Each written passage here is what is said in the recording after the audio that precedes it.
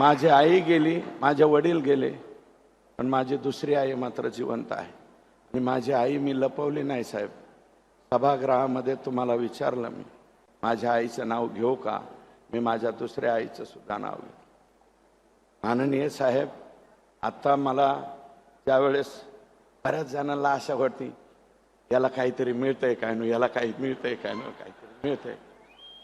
पण मला तुम्ही नाही मंत्रिपद दिलं, नाही काही नाही दिलं, तरी मी म्हणतो मला मंत्रिपद नको, मला पालकमंत्रीपद नको, आणखी दुसरं काही देऊ नका साहेब. फक्त हे 4 TMC आणि तिकडचं 3.5 TMC. आणि हे नव्हतेच साहेब, मला हे नव्हतेच.